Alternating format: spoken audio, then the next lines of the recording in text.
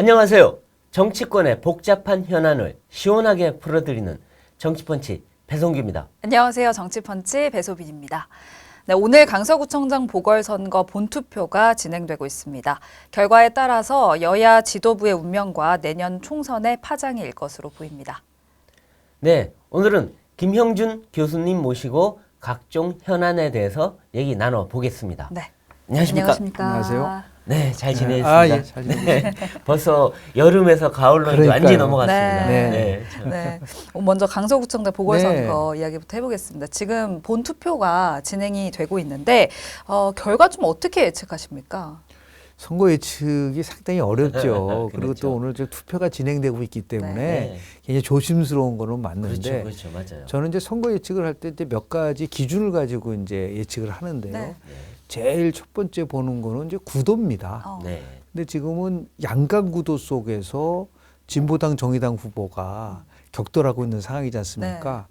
그 지금 뭐 여야 총력전이잖아요. 그렇죠. 이럴 때 보통 제가 쓰는 표현은 48대 52 구도란 말을 많이 씁니다. 네. 그러니까 거의 양자 구도로 갈 경우 네. 지난 그 구청장 선거에서도요, 2022년도에도 보면은 엄지당 후보가 48.7% 네. 그리고 금태호 후보가 51.3%가 정확하게 49대 51이에요. 그러니까 49대 51이냐 48대 50이냐 네. 양자 구도로 가지고 가고 있거든요. 네. 그런데 이번에 또 진보당 또 정의당 네. 자기네가 제3지대 정당을 제3정당에 유치를 하겠다고 해서 열심히 하고 있기 때문에 그것도 변수수가 있는 거예요. 네. 그러니까 이제 그 진보 진영에서 일종의 표분산이 올 수 있는 부분들도 있기 때문에 그렇죠. 그래서 일부 여론조사에서는 굉장히 이제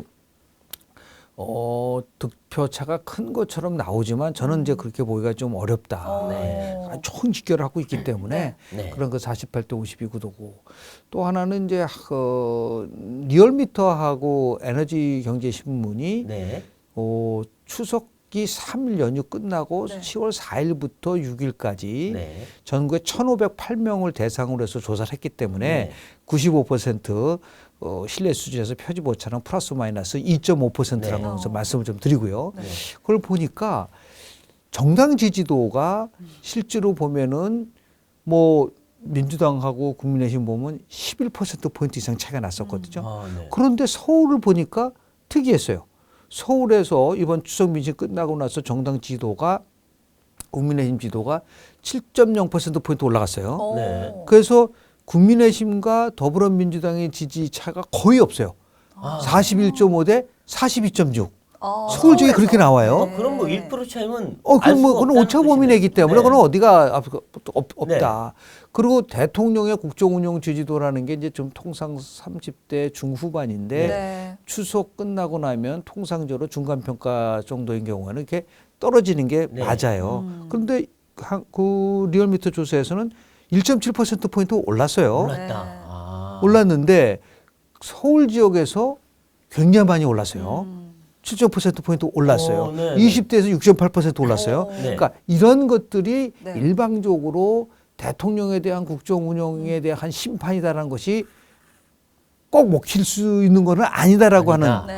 하는 그 부분들도 있지 않을까. 네. 그리고 이제 마지막으로는 이제 보통 이제 미시간 대학에서 아주 오랜 연구를 해서 발표를 한 건데요. 네. 유권자는 크게 세 가지를 보고 투표를 하는데 네. 처음에는 무조건 정당을 보고 찍는다. 네. 이게 이제 그 정당에 대한 그렇죠. 네. 그 일체감 때문에 찍는다라는 건데 집토끼들은 거죠, 그렇겠죠. 집토끼들은. 근데 네. 지금 아까 서울 지역에서 정당 지도가 비슷하게 나왔다는 얘기를 네. 말씀을 좀 드렸는데요. 두 번째가 결국은 이슈 보팅을 하는 거예요. 나의 삶과 관련돼서 그렇죠. 그러니까 우리가 보통 전문적으로 내 호주머니를 두텁게 해줄 수 있는 그걸 파켓 밸류 보팅이라고 얘기를 하거든요. 그러니까 이거는 뭐냐면 일꾼론, 지역 발전론이라는 것에 대해서 어느 후보가 상대적으로 야당은 좀 심판론을 얘기하고 있고 그렇죠. 여기는 발전론을 얘기를 하고 있잖아요. 이게 이제 이슈와 관련된 얘기고 마지막 이제 세 번째는 후보자 이미지와 관련된 부분인데 이미지. 이거는 지금 후보자를 보고 찍는 게 아니에요. 그렇죠. 네. 이거는 정당이냐 아니면 이슈냐 보고 찍는 건데 네. 결국 뭐 한 16년간 이제 그 강서구청은 민주당 출신의 그렇죠. 구청장이 이제 장악을 하고 있었기 그렇죠. 때문에 그러니까 지역을 발전시켜야 되느냐 발전시키지 않아야 되느냐를 가지고서도 만약에 투표가 이루어진다고 한다면 네. 우리가 얘기하는 무조건 이거는 뭐 윤석열 정부의 심판론으로 얘기하기가 어려울 수도 있고 네. 그런 의미에서 제가 얘기하는 네. 그 48대 52 구도고 네. 그리고 지금 뭐 사전 투표는 높다고 얘기했지 않습니까? 네. 22.6%. 그러니까요. 그러니까 그건 뭐냐면 이거는 각 어느 세대가 투표장으로 나가냐라는 거죠. 이거 누가 나간 겁니까? 그러니까 지금? 60, 70대 나이 드신 분들은 투표장에 많이 나가요. 원래적으로 원래 나가죠. 많이 나가죠. 네. 그러니까 지금 관건은 이제 40대, 50대의 화이트 칼라 중심으로 해서 민주당 지지층이 이제 강한 쪽에서 얼마나 많이 이제 투표장으로 나가느냐. 네. 그래서 제가 보기에는 오후 6시부터 8시 사이에 투표장의 분위기를 보면은 대충 어느 쪽이 많이 모이냐를 알 수가 있어요. 그런데 지난 구청장 선거에서 투표율은 51.7%였거든요. 예. 그럼 22.6%고, 그러면 약 한 30% 투표율을 이번에 보일 것이다. 요 당일날은. 예, 예. 그런데 2021년도 서울시장 선거 때 네. 그때 강서 지역에서의 투표율이 56.4%밖에 안 되거든요. 네. 그러니까 재보궐선거에서 아마 투표율이 50% 정도면 많이 나올 거예요. 그럼요. 네, 많은 많이 거죠. 나오는 거죠. 엄청 그럼 만약에 이 투표율이 낮아졌을 경우에는 과연 조직력을 갖고 있는 네. 그 지역 세력이 유리할 텐데 그러다 보면 지금 강서 가불병원 모두 다 그렇죠. 민주당, 민주당 예, 의원들이 예. 차지하고 있죠. 현역 의원들이 갖고 네. 있기 예. 때문에 이게 이제 어떻게 작동되느냐 아주 굉장히 이제 복잡한 식으로 네. 이렇게 전결되어 있지만 한번 제 예측했던 대로 이렇게 어느 한쪽이 일방적으로 일방적이진 유리한 않다. 구도로 가지는 않을 것이다 네. 라고 저는 조심스럽게 근데 예측해 이제 봅니다. 예. 이번 선거가 원래는 구청장 한 명이에요. 그렇죠. 사실 의미가 거의 없는 선거인데 네.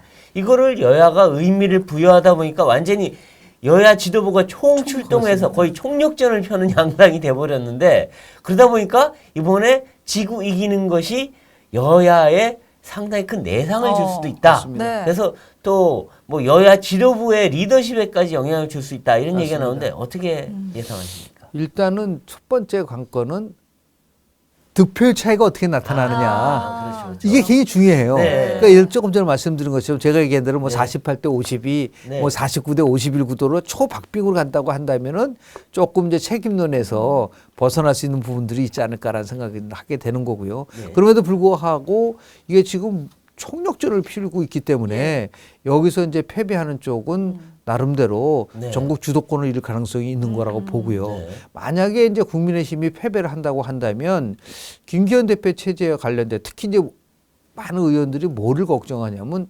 수도권 위기론이 굉장히 나왔거든요. 그렇죠. 네. 아 이게 수도권 위기가 이게 현실화되는구나. 네. 이게 굉장히 어렵구나. 그렇게 된다고 한다면 뭔가 변화를 줘야 되지 않겠냐. 또 하나는 이거 공천하지 않아야 되는데 공천을 해가지고서 문제된 게 아니냐라고 하는 부분들이 있을 수가 있는 거죠. 네. 원래 전략적으로 본다고 한다면 기억나시잖아요. 서울시장, 부산시장 재보궐선거 때 더불어민주당이 당원 당규를 약속을 안 파기하고 지켰죠. 맞아요. 공천했잖아요. 네, 그러니까. 그래서 이제 공천은 결과가 안 굉장히 되는 안 거죠. 좋았었잖아요.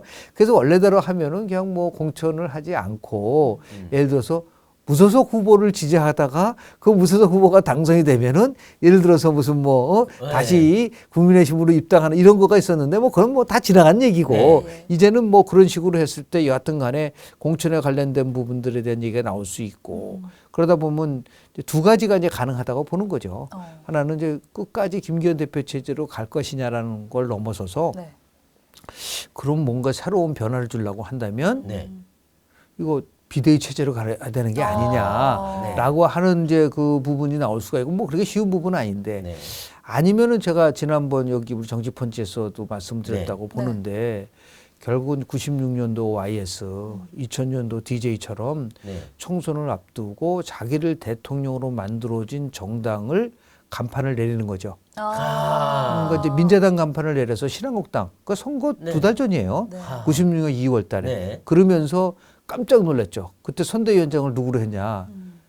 정말 YS가 이 말하면 뭐하지 뭐지만 별로 좋아하지 않고 싫어했었던 이해찬 전 총리를 박찬종. 그렇죠. 그러고 나서 그 두 분을 영입을 했어요. 그러니까 네. 승부사예요. 네. 그 더 어떤 승부사냐면 그래 96년도 선거에서 새정치 국민회의 만들어가지고 김대중 대통령 그렇죠. 총재가 나오니까 그러면서 그때 영입된 사람이 이낙연. 정세균, 아, 추미애, 네. 정동영을 네, 영입했어요. 맞아요. 여기서 누구를 했느냐? YS답죠. 그래? 오늘 진보 진영 다 데리고 와. 김문수, 이재호, 이재호. 이우재. 그러니까 참 이게 승부를 건 거예요. 그래서 결국 누가 이겼느냐? 결국 YS가 이긴 거예요. 일당은 안 됐지만 139석으로 수도권에서 또 여당 사상 처음으로 승리를 했어요. 그리고 이제 새천년 민주당을 만든 게 이제 2000년도 총선을 앞두고 당시에 자기를 만든 새정치국민회를 새천년 민주당으로 변화시킨 그렇죠. 거예요. 네.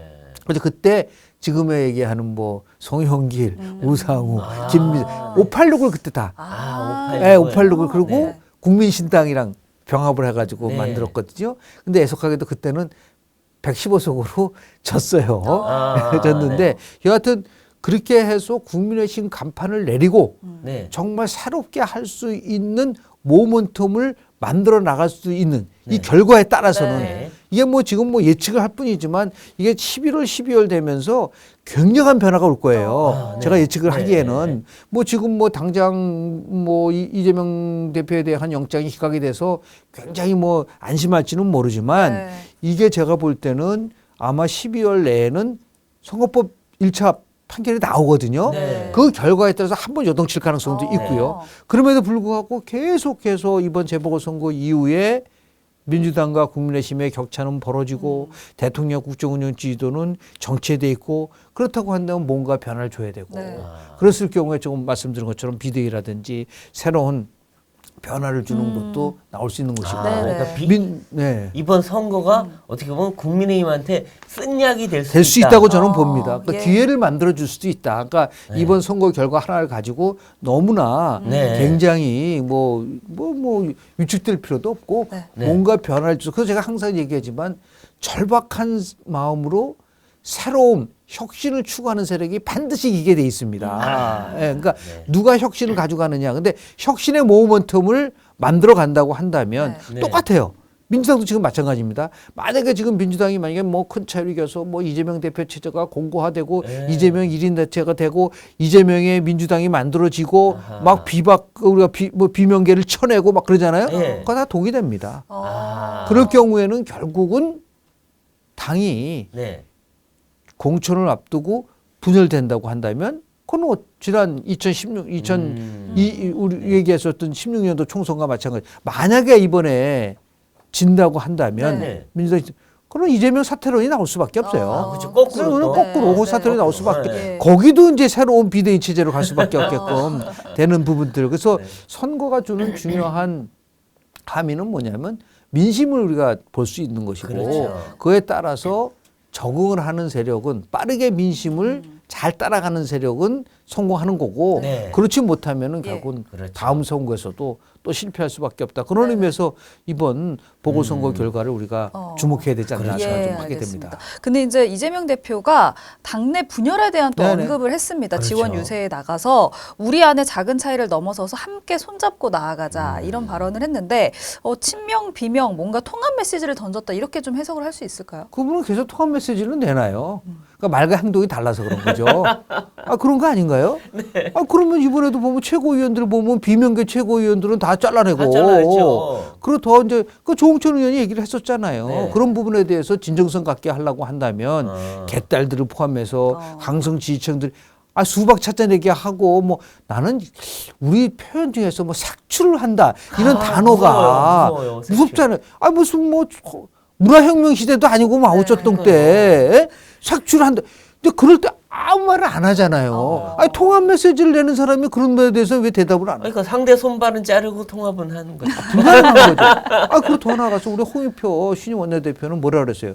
당에 부담이 되고 네. 당에 전혀 그 솔직한 얘기로 기여하지 않는 사람을 어떻게 공천 주냐고까지 얘기를 했잖아요. 그런데 그게 무슨 뭐 메시지를 뭐 통합의 메시지는 그러니까 통합인 척 하는 거죠. 그건 제가 볼 때는 네. 받아들이기도 어렵고 그동안 이재명 그 대표 작년 8월 달에 그 취임사 보세요. 통합 메시지예요. 그것도 그렇죠. 보면은 네. 계속 통합인데 실제로 보면은 갈등. 친명의 통합인 네, 거죠. 통합이죠. 친명을 위한 통합. 아, 옛날 그런 말도 많았잖아요. 뭐 문재인 대통령 때 사람이 먼저다라고 많이 나오는데 알고 보니까 친문이 먼저다. 막 그랬었던 적 있었어요. 네. 비판받은 적 있었잖아요. 네, 그렇죠. 똑같은 거죠. 네, 우리 쪽 사람이 먼저다. 그렇죠.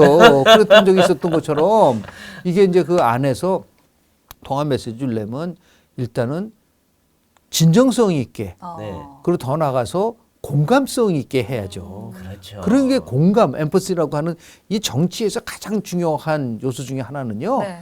겸손하고 네. 정직하고 그리고 공감 능력이 뛰어나야 돼요. 그렇죠. 자기 지역, 자기를 지지하는 층에서만 공감 능력이 있고 네. 다른 쪽에서는 뭐 없다고 한다면 그건 오히려 철름발이형이죠. 그렇죠. 좋지 근데 않다. 이재명 대표가 지금은 통합 얘기하지만 네. 정말 이번 선거 혹시 크게 이긴다. 그러면 자 봐라 나의 시대야. 아, 비명들 너희들 두고 보자. 그러면서 오히려 독주로 폭주로 나갈 수 있다. 이런 예상도 있어요. 아, 당연하죠. 그럴 경우에는 결국 민주당의 미래는 저는 없다고 봅니다. 아. 우리나라 역대 총선을 보면요. 네. 그 결국은 내분을 일으키는 세력들은 지게 돼 있거든요. 만약 네. 그렇게 되면 비명계가 가만히 있겠습니까? 그래서 저는 최근에 굉장히 관심 있게 보는 거는 문재인 전 대통령의 행보예요. 아, 네. 저는 요번에 그 이재명 대표 영장 기각됐을 때 제일 놀란 사람이 누굴까? 본인 스스로 놀랄지도 몰라요. 아, 그럴 수도 있잖아요. 제가 하고 병문안을 했는데 진짜 안 가고 놀랐죠. 돌아왔어요. 놀랐잖아요. 네. 또 놀란 사람이 두 사람 있다고 봐요. 네.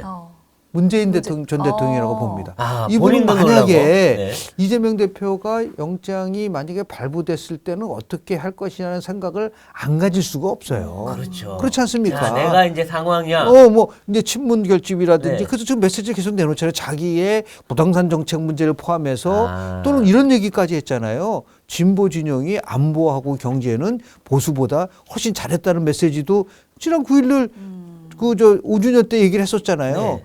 그 제가 그 한마디 하고 싶더라고요. 그럼 왜 5년 만에 정권이 교체되죠? 그렇지 않습니까? 네. 그다음 놀란 분이 아마 다 윤석열 전 대통령이라고 봐요. 아, 그렇죠, 그렇죠. 아니 검사 출신이시니까 이 정도가 나오게 되면 그 물론 이제 법원의 판결이니까 존중을 해야 되지만 판결의 논리를 보면은 조금 받아들이기 어려운 부분도 좀 있어요. 전문 법조인들은요 다 이게 뭐지? 그렇게 네. 이렇게 얘기했어요.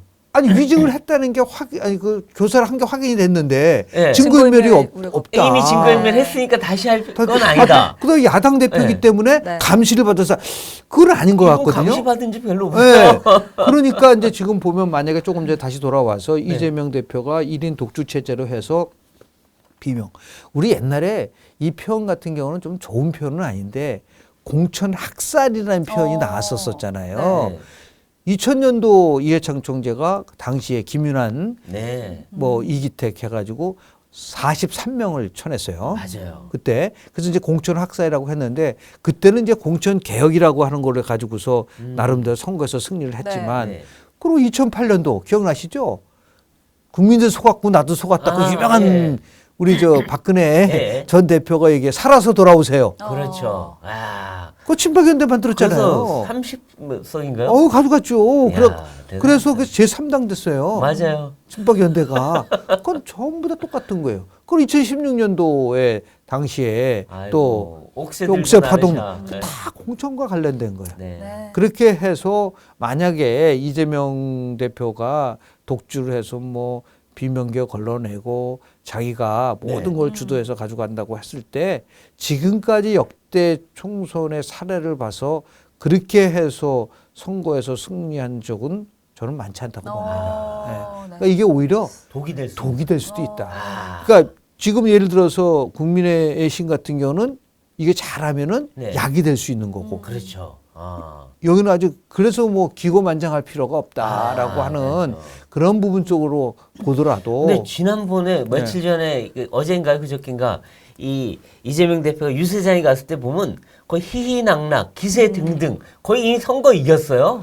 아니 근데 무슨 뭐 재판 받으실 때는 뭐 이렇게 그러니까 안 좋으시고 아니, 힘이 없어서 재판을 못 뭐 받으신 분이 드신 분이 너무 재판 받으실 땐 그러고 여기 나오셔서는 뭐 얘기를 하고 예. 그게 제가 얘기한 식으로 이제 뭐 여러 가지 각종 여론조사라든지 이런 걸 통해서 갖고 있는 것도 있을 수는 있겠으나 저는 그렇게 어느 한쪽이 일방적으로 과연 승리할까 만약 그렇다고 된다면 정말 국민의힘에서는요 비상이고 그렇죠. 그리고 새로움을 변화를 줄 수밖에 없게끔 되는 부분들이 있기 때문에 이 지금은 울지만 나중에 웃을 수도 있고 그럼요. 네. 지금은 웃지만 나중에 울을 수도 맞아요. 있고 딱 6개월 후에는 완전히 다른 게임이 나올 수가 있는데 하나 흥미로운 거는 2014년도 세월호 네. 아주 그 비극적인 세월호 참사했었는데요.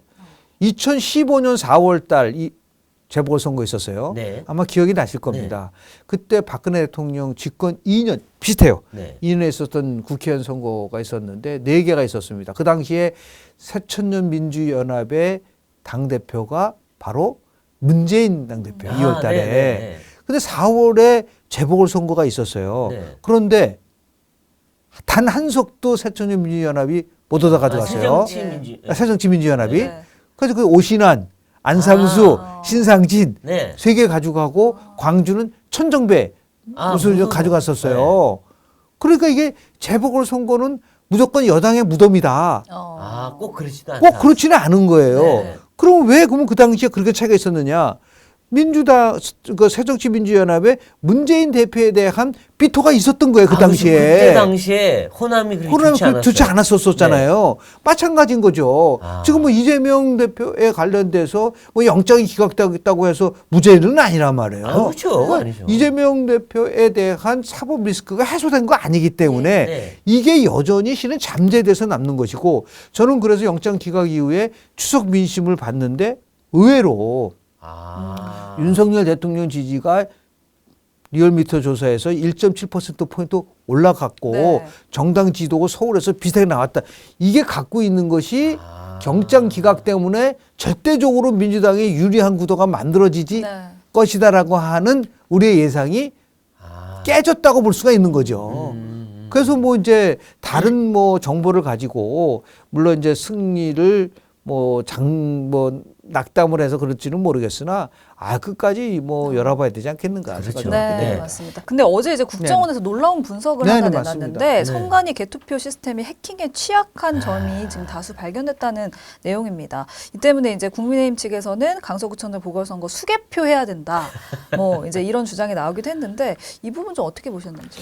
글쎄요, 이거는 정말 심각한 문제죠. 만약에 이제 그렇죠. 국정원 네. 관련된 거서 우리 사전 투표 논란이 그동안 너무 많았었잖아요. 많았어요.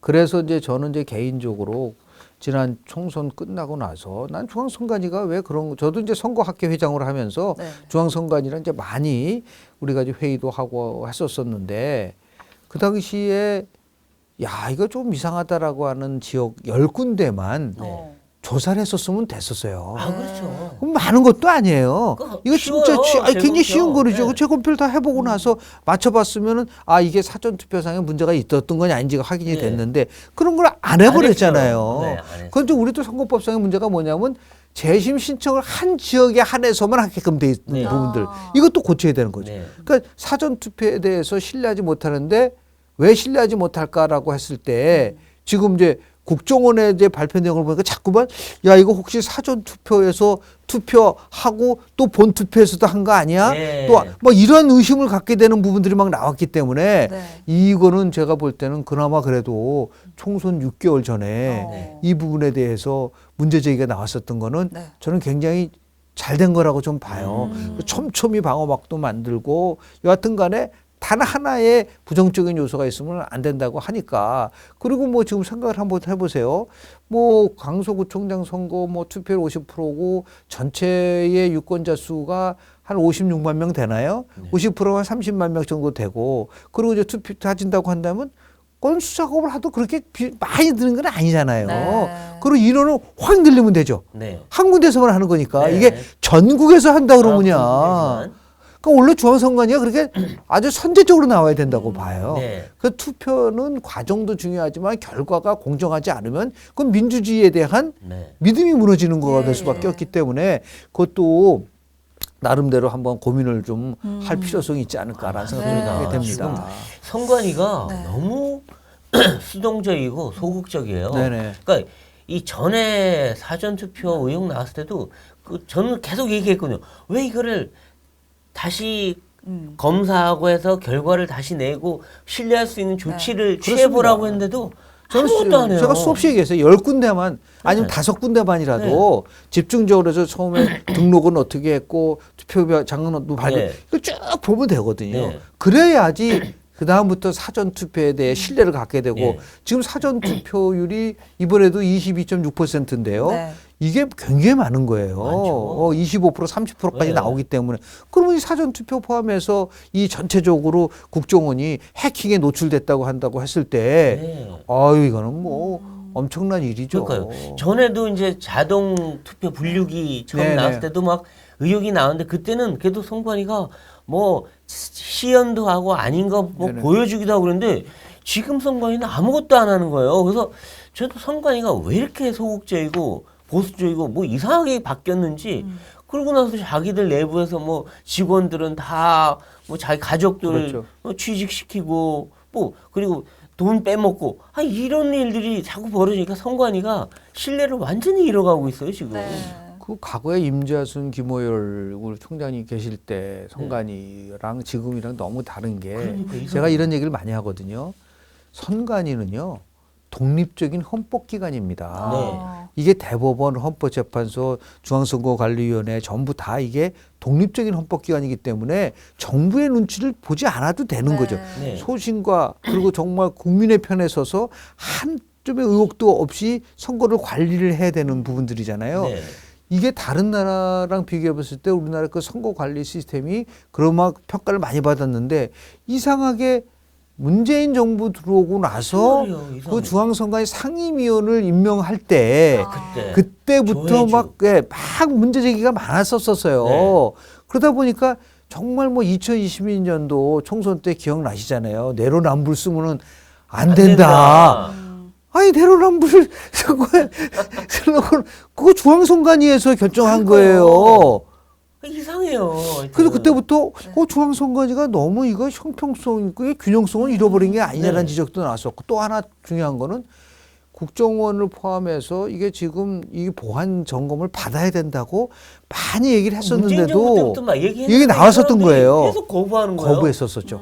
그러니까 이제 그거를 이번에 이제 들여다 보니까 자기네 뭐 사전 점검을 하니까 100% 완벽하다고 그랬는데 국정원 조사하니까 뭐 30%대 초반으로 이게 정말 나온 거로. 북한이나 중국이나 아유, 아니 어떤 가는 다른 거죠. 세력들이 해킹에 들어오면 어떡할 거예요 이거 지금. 또 이제 하나 이제 국민들이 이번에 한국하고 중국하고 그러니까요. 그 의원정 있었었지 않습니까? 어떻게 한국에서 90%가 이거 뭐지 이제 그렇게 생각을 했는데 이거 혹시 우리 선거 때 그러니까요. 이런 식으로 해서 만약에 해킹이 들어오면은 어떻게 될까? 두려움도 있고 불안감이 있잖아요. 그쪽에서 충분히 그럴 수 있는 유인이 있잖아요. 그러니까 조금이라도 우리가 위험 요인이 있다고 한다면 빨리 그거를 해결하는 것이고 누가 해야 됩니까? 중앙선관위가 스스로 해야죠. 그렇죠. 네. 그런데 지금 엄밀하게 따지면 뭐 채용 비리를 보면서 예. 야 이게 참 도덕적 해이가 너무 심하구나라는 거를 우리가 깨닫게 돼서 네. 이번 기회에 중앙선관위가 정말 독립적인 헌법기관으로서의 위상을 네. 갖출 수 있도록 혁신을 해야 될 거라고 저는 봅니다. 근데 선관위원장이란 분은 빨리 가겠다고 네. 대법원장 차 뒷꼬리 물고 가고 참 이게 그래서- 창피해요. 아니 그래서 제가 그 우리 저 한국 선거학회 등등에서 많이 얘기했었던 건 뭐냐면 왜 대법관이 중앙선거관리위원장을 해야 되냐는 거죠. 그건 상권분립에 어긋나는 거예요. 60년대 처음에 중앙선거관리위원회를 만들어 선거를 관리해야 되니까 네. 그 관리 부분에 대해서 예를 들어서 법조, 판사분들 지금 각 선거관리위원회 있지 않습니까? 지방 위원장 다 판사들 해요. 네. 그러니까 중앙선거관리위원회 위원장이 대법관의 사람이 아니라 정말 중립적이고 나름대로 선거를 제대로 관리할 수 있는 분을 중앙선거관리위원장으로 네. 선출해야 된다. 그런 거가 되는 거예요. 아니 대법관을 하면서 왜 중앙선거관리위원장을 해요? 독립적인 헌법기관인데 네. 이거부터 뜯어 고쳐야 되지 않을까 네. 라는 생각을 좀 하게 됩니다. 네, 총선 전에 좀 그런 제도들이 좀 잘 정비가 됐으면 좋겠습니다. 지금 총선이 6개월 남았습니다. 짧다면 짧고 또 길다면 긴 시간이 남았는데 지금 여러 가지 변수들이 좀 작용을 할 것으로 보이잖아요. 교수님이 보시기에 총선 결과를 좌우하는 변수들 어떤 것들이 좀 있을까요? 저는 3대 변수가 있다고 봅니다. 역대의 총선 사례를 통해서 제일 첫 번째가 역시 공천과 관련된 거예요. 네. 그러니까 조금 전에 말씀드렸지만은 2016년도에 제가 한번 말씀을 좀 드릴게요. 2015년도 때 추석이 9월이었고 그리고 10월 달에 조사를 했을 때 박근혜 전 대통령의 국정운영 지지도가요. 네. 47%였었어요. 아. 그랬는데 추석 전보다는 1%포인트 졌습니다. 네. 그리고 이제 지금 한국갤럽 조사 말씀을 드린 겁니다. 네. 그리고 47, 43, 42로 3주가 떨어졌었어요. 아, 네. 그런데 2015년도 10월서부터 2015년도 12월 연말까지 14차례 한국갤럽 조사에서 박근혜 대통령의 평균 지지율이 43%였어요. 네. 그리고 당시에 새누리당의 지지가 40%였고 예. 새정치민주연합의 지지가 20%대였고요. 그랬군요. 엄청난 차이가 났어요. 네. 네. 네. 쳤잖아요. 그러니까요. 쳤잖아요. 그 몇 달 사이에 완전히 거기다 바뀌어버렸어요. 뭐가 있었냐? 그때 그때서 압승 얘기가 나요. 압승. 아. 근데 그냥 패배. 공천파동이죠. 그렇죠. 그러니까 이제 모든 것을 대통령실을 포함해서 이게 그 김무성 그때 당대표랑 네. 공천 갈등을 일으키고 반면에 새정치민주연합은 벼랑간 김종인 비대위원장을 그렇죠. 갑자기 네. 딱 해가지고 김종인 비대위원장이 당명을 더불어민주당으로 바꿨어요. 네. 그리고 나서 제일 먼저 한 게 뭐냐. 이해찬, 정청래, 정봉주, 네. 임수희 날려버렸어요. 다 날렸죠. 그러니까 야 이해찬이가 날아가는구나. 네. 그렇죠. 당의 그러니까, 핵심인데. 그러니까 여기는 개혁공천인 것처럼 보이고 그렇죠. 여기는 이렇게 대통령 지지도도 높고 정당 지지도가 높은데도 불구하고 이거는 옥새 파동을 해가지고 아, 이 공천 네. 네. 이것 때문에 결국은 진 거예요. 그리고 제16 공천에 탄핵까지 탄핵까지 간 거고. 그게 탄핵까지 간 그거 똑같잖아요. 2008년도 국민도 속았고 나도 네. 속았다. 그때 친박 완전히 살생부 만들어가지고 네. 그랬었고 2016년도에는 그것도 있잖아요. 친박 간별사까지 나왔었잖아요. 그러니까요. 병아리 감별도 아니고 뭐 이게 그렇게 해가지고 결국 네. 공천에서 망한 거예요 이게. 네. 그래서 이번에도 어느 정당이 어. 정말 국민이 공감할 수 있고 개혁 공천을 할 수 있느냐가 첫 번째. 그래서 제가 이재명 대표가 결국은 이게 뭐 똑같은 친박 간별사가 아니라 친명 간별사로 아하. 한다고 하면은 그거는 뭐 눈에 보도 뻔해요. 정청래 의원이 아마 감별을 할 것 갈 수도 같은데. 있다고 볼 수도 있고. 강도 체크. 예? 최경환 의원이 뭐 간별했었었는데 네. 이제 그런 부분들이 이제 가장 큰 거라고 네, 좀 이번에는 보고요. 당도 당도 측정사래요. 체크. 당도 측정사. 근데 그런 부분들이 이제 공천에 대한 부분들에 대한 부분이 제일 저는 이제 큰 거라고 네. 좀 보고요. 두 번째 중요하게 보는 거는 결국은요. 선거라는 거는 누가 더 혁신을 많이 하나 게임이에요. 네. 그러니까 새로움을 보고 찍는 겁니다. 네. 근데 지금 이제 보면은 여나 야나 특히 민주당은 민생도 없고 방탄만 있고 그렇지 않습니까? 그렇죠. 그러니까 혁신이 사라졌어요. 네. 이렇게 해서 계속해서 체제를 가져간다고 했을 네. 때는 어려움에 봉착될 수밖에 없고 네.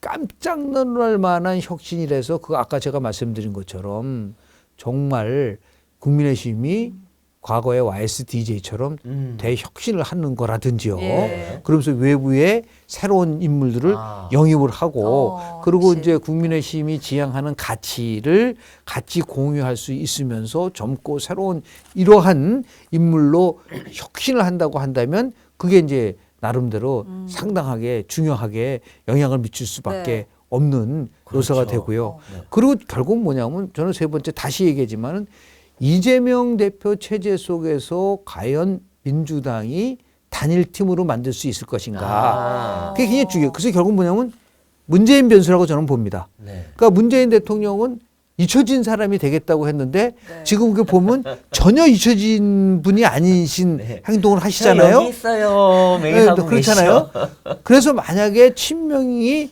친문을 치고 친낙을 치는 순간 거기는 언제든지 분열되고 분단될 가능성이 굉장히 크고 네. 그러면 그거를 누구가 결국은 주도할 수 있느냐. 결국은 문재인 대통령이 보이지 않게 네. 할 수 있는. 그래서 아마 네. 자신들이 선거에서 승리하기 위해서는 막판에 이재명과 대표와 문재인 전 대통령이 극적으로 타협할 가능성이 저는 있다고 봅니다. 있죠. 그래서 오히려 합의 비대위로 가져가면서 네. 우리는 혁신합니다. 아. 라고 가져갔을 때 네. 국민의힘은 어떠한 혁신으로 결국은 그렇죠. 붙을 거냐. 예, 예. 그러니까요. 혁신 대 혁신에 대한 싸움인 거죠. 그렇다고 예. 지금 용산과 검사들을 앞세운다면 그건 혁신도 아니잖아요. 그래서 그거를 네. 얼마만큼 파격적으로 네. 그래서 지금도 이제 국민의힘 같은 경우에 집권 여당이기 때문에 나는 지금도 왜 이재명 대표 체제는 그렇다 치더라도 인재영입위원장이 이렇게 모습을 드러내고 있지 않을까. 그렇죠. 그래서 아주 정말 새로운 분이 인재영입해서 젊고 나름대로 새로움을 줄 수 있는 거로 가져간다고 여당 한다면 집권 여당의 프리미엄은 제일 큰 거죠. 사람들을 많이 모을 수 있는 거예요. 모으고 세 번째가 정책을 주도할 수 있는 그렇죠. 겁니다. 그러니까 또 하나는 뭐냐면 야당 심판론이라는 거 표현보다도요. 에이, 그거는 제가 볼 때는 뭐예요? 지난번에 정권 교체했잖아요. 국민의힘한테 필요한 거는 의회 권력 교체. 그러니까 이게 지금 2년간을 180석에 육박하는 그 의석을 가지고 결국 이제 어떻게 보면은 의회 권력을 장악했잖아요. 네. 그랬을 때 과연 나라가 어떻게 됐고 우리가 의회 권력을 잡으면은 어떠한 나라를 만들 수 있겠다라고 하는 최소한도 국민의힘이 정권을 잡았 선거에서 이겼을 때 10가지에 대한 법안은 반드시 네. 관철시키고 그랬을 경우는 일자리는 몇 개 만들어지고 성장률은 어떻게 들어가고 이렇게 하면서 뭔가 그렇죠. 희망을 심어줄 수 있는 네. 어떠한 정당이 결국은 미래 세대를 위해서 나름대로 왜냐하면 2030 세대에서 결정되기 때문에 그렇죠. 이러한 이슈에 대한 문제를 선점해서 나갈 수 있을 것이냐라는 네. 부분인데 제가 나름대로 이렇게 쭉 개인적으로 조사를 해보니까 지금 보수가 지향하는 가치는 통상적으로 한 세 가지가 있습니다.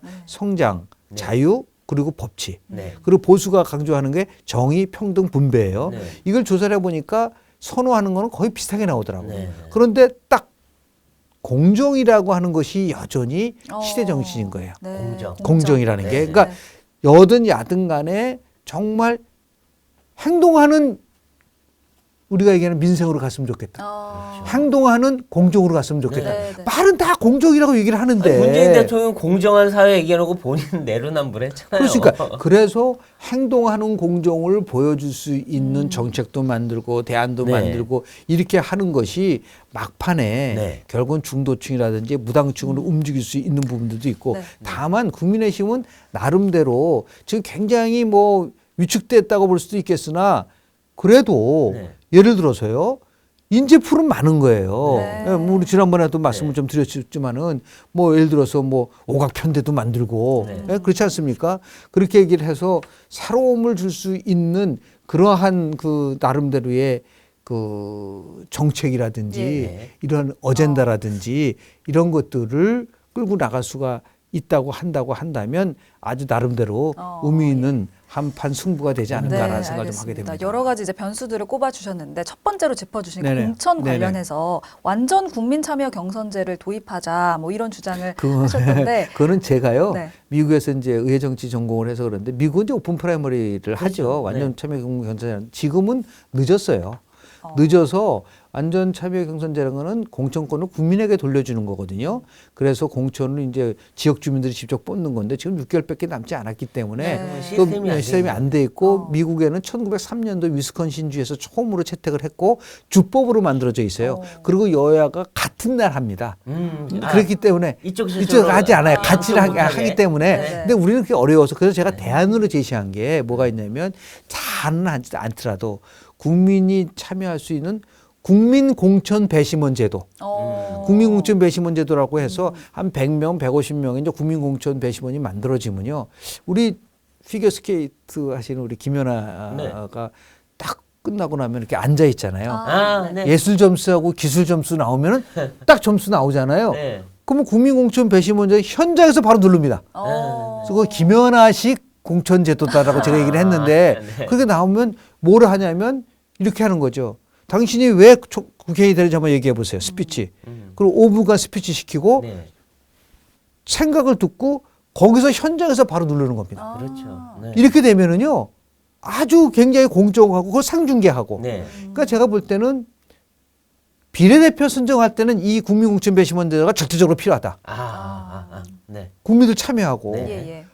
아 우리 TV조선에서 대히트 친 미스트로 네. 미스터 트롯 네. 그거 나중에 그렇죠. 누르잖아요. 그러니까 바로 누르죠. 끝나고 누르죠. 네. 그런 거 식으로 네. 예. 네. 그 평가 항목을 만들어서 한다고 한다면 이 국민공천 배심원 그리고 전략공천 지역 말고 일부 지역에서 이러한 국민공천 배심원 제도를 도입을 해서 네. 바로 현장에서 네.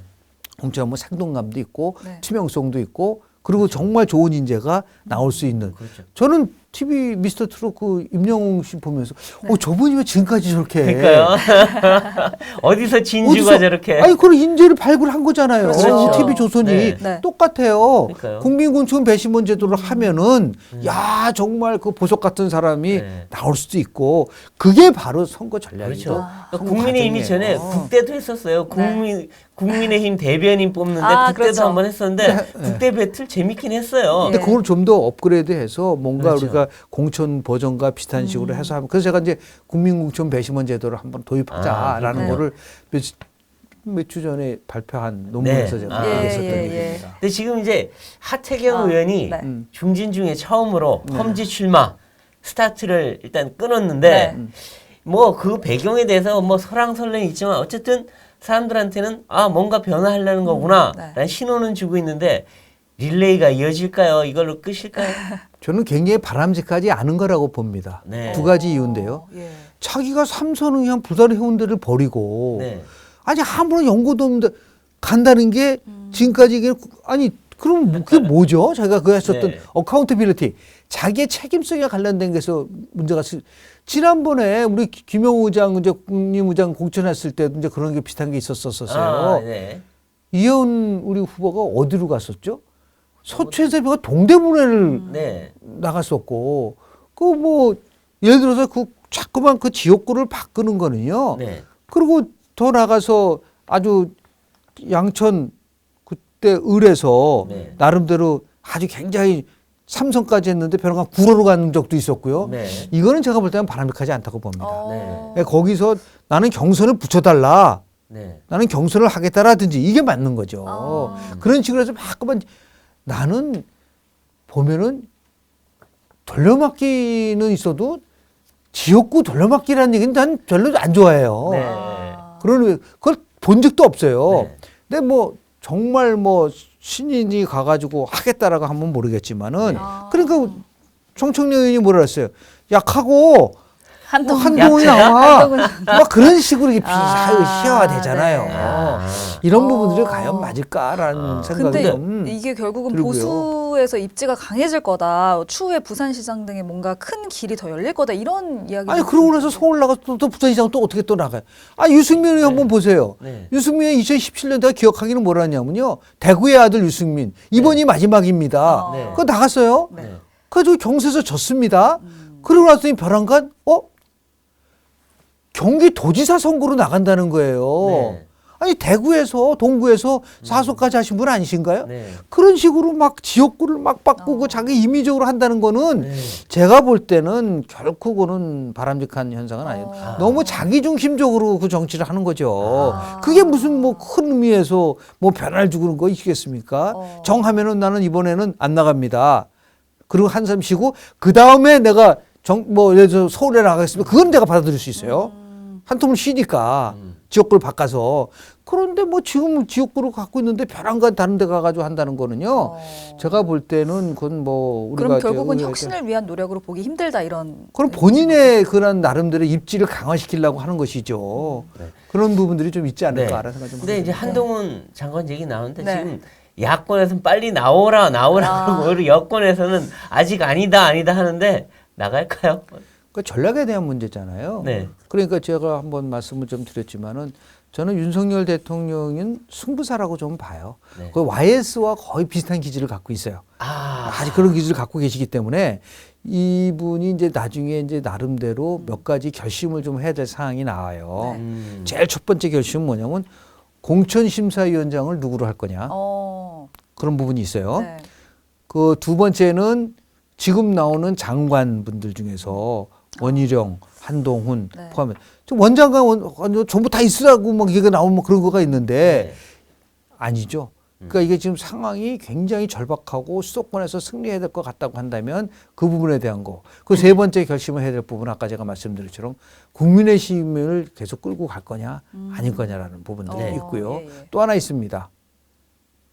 박근혜 전 대통령과에 있어서의 그러한 부분을 어떻게 가져갈 것이냐에 대한 보수 결집에 대한 문제가 있거든요. 네. 그러니까 뭐 직설적으로 표현하면은 이런 말도 하잖아요.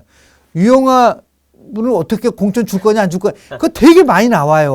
네. 지금. 네. 그것도 어차피 보면 당이 이제 결심해야 될 거지만은 네. 이러한 부분들 보수에 있어서의 박근혜 전 대통령과의 다시 한번 박근혜 전 대통령의 명예를 어떻게 회복시켜 줄 것이 본인이 약속한 부분이 있어요. 네. 이거를 다 선거에 영향이 되는 거거든요. 네. 보수 결집과 관련된. 네. 예를 들어서 이런 거는 없겠지만은 친박은 없다고 박근혜 대통령 얘기를 예, 했지만 얘기는 그 했죠. 친박을 가지고 나오려고 하신 분도 계시단 말이에요. 있죠. 이런 부분들에 대한 정리는 부분이 필요할까라는 생각이 좀 들어서 이런 결심을 할 때 결국은 한 번도 실패를 하지 않았기 때문에 네.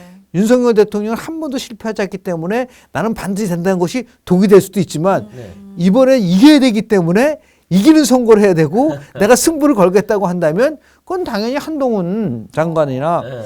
원희룡 장관은 네. 정말 나름대로 어마어마한 돌풍을 일으킬 수 있는 쪽으로 네. 저는 네. 공천을 해서 가는 것이 저는 국민의힘으로도 좋고 네. 예, 예. 그리고 한동훈 오히려 장관도 앞으로 정치를 계속 하려면 꽃길보다는 가시밭길을 가면서 그 국민의힘을 위해서 네. 이 보여주는 그런 모습을 해야지 정치인으로 전환하는 거예요. 예를 들어서 뭐 한때는 보니까 뭐 서초구 나오는 거 아니야? 뭐 예술의 전당 네. 서초구 있잖아요. 네. 예? 아 이거 총파에 나오는 거 그거는 그건 전략이 아닙니다. 아, 글쎄요. 근데 네. 가시에 찔릴 용의가 있는지 잘 모르겠어요. 찔려야죠. 아니, 저쪽에서는 아마 민주당 왕가시를 준비하고 있는 것 같아요. 왕가시. 오히려 그게 그럼 키워주는 거죠. 어. 이게 키워주는 겁니다. 아. 그래서 만약에 대통령이 너 나가지 마 그러더라도 저는 나갑니다.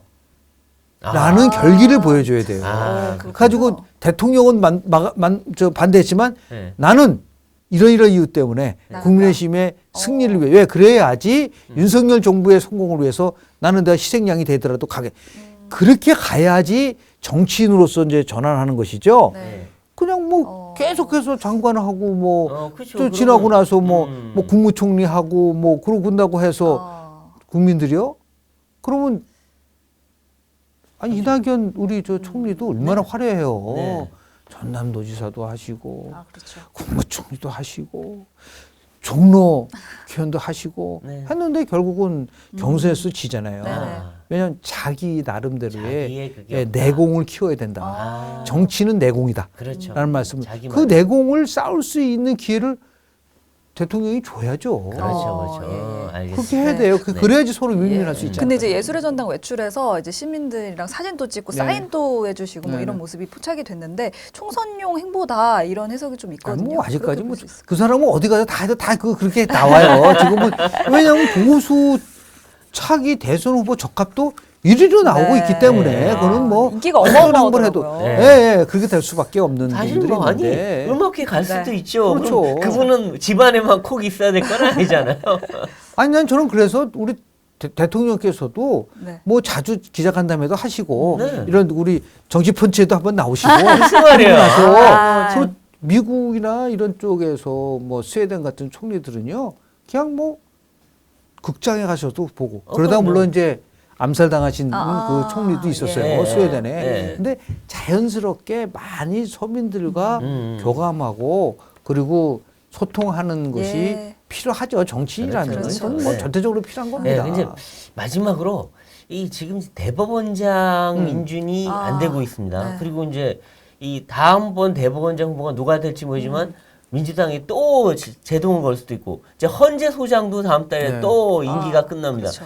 이런 것들을 민주당이 계속 발목 잡으면 이 사법부 전체가 거의 마비가 될 수 마비되는 있는데 거죠. 이 지금 어떻게 해야 될까요? 끝까지 제동을 걸까요? 만약에 그러면 총선에 절대적으로 영향을 미칠 겁니다. 아, 이게 무슨 말이냐면 검수완박을 했잖아요. 네. 그래도 어떻게 됐어요?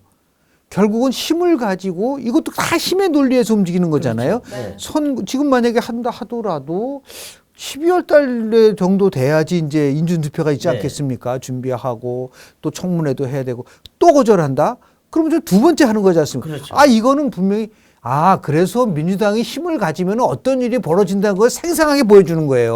그렇죠. 쉽지 않습니다. 네. 그리고 사법부 공백 상태가 이렇게 가져가게 간다면 결국은 자신들의 전략적이고 공학적인 면에서 간다 하더라도 그 피해는 누가 보죠? 국민이 보는 거죠. 맞아요. 근데 그러니까 이재명 대표는 국민이 피해를 보도 어쨌든 네.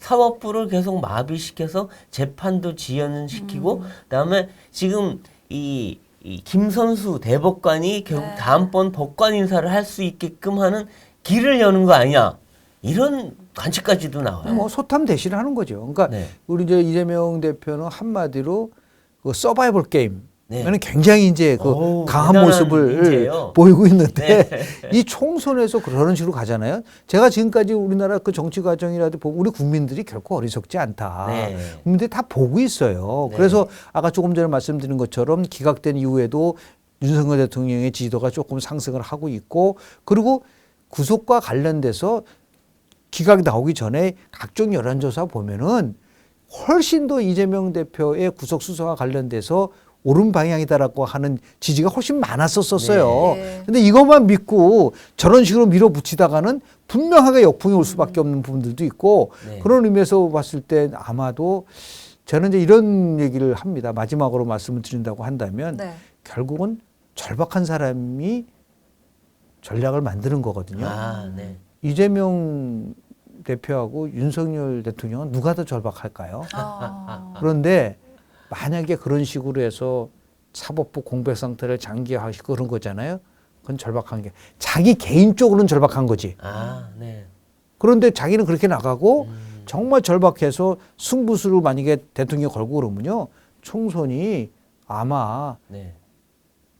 우리가 생각했던 것보다 훨씬 다른 결과가 나올 수 있는 부분이 있다고 좀 봅니다. 아, 그렇군요. 네. 네. 알겠습니다. 네, 오늘 김영준 교수님과 함께한 정치펀치는 여기까지고요. 저희는 다음 이 시간에 더 화끈한 펀치로 돌아오도록 하겠습니다.